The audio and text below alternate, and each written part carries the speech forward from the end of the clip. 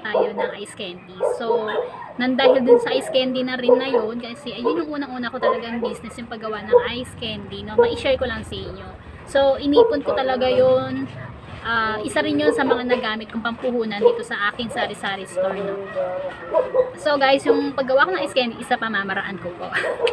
Hindi ganun ka-perfect, pero at least may another na income na papasok ulit sa ating tindahan, no? Kasi nga magsa-summer na.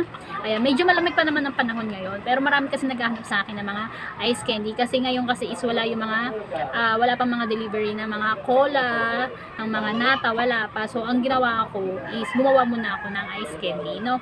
So ito guys, yung ginawa natin is umabot ng 205.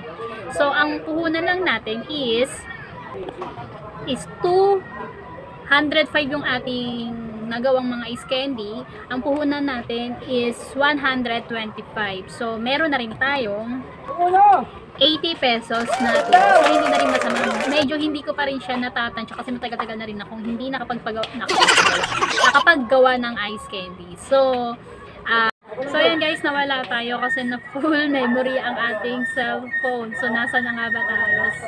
Wait lang. Basta nawala na ako guys, no?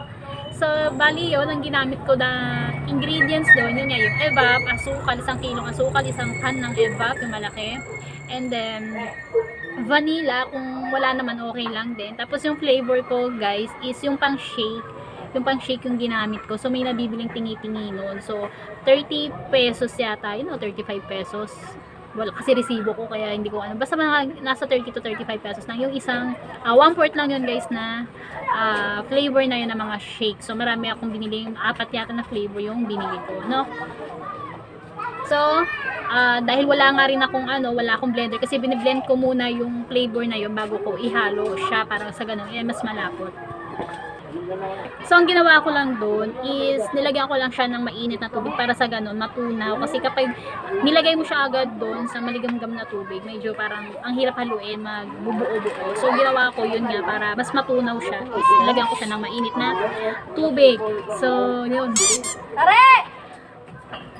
So yun po yung pamamaraan ko kung paano ako gumawa ng ice candy. So yung ginamit ko is 1/2.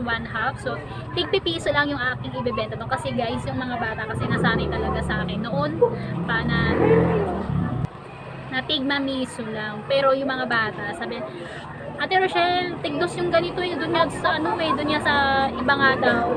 Mas maliit pa daw doon is 2 pesos. Sabi ko, hayaan mo na. Ganyan talaga, di ba? So, yun. Hindi ko miso lang yun. So, ito. Dito ko naman siya nilalagay. Kaya bumili ako guys na, ito, yung maliit na, yan, 8 liters na ice box. Para sa ganoon, hindi tayo bukas sara sa ating freezer, no? Kasi nakakalakas nga ng kuryente at nakakatunaw din ng yelo, ng lamig, nakakawala ng lamig. So, yun, bumili ako noon. Para sa ganoon, dito lang siya mag-stay sa aking harapan para bigay na lang ng bigay. So, and then, sinashoutout ko pala si Penny, the boy, na pinanood niya lahat ng mga videos ko. So, thank you, Penny. Shoutout sa'yo.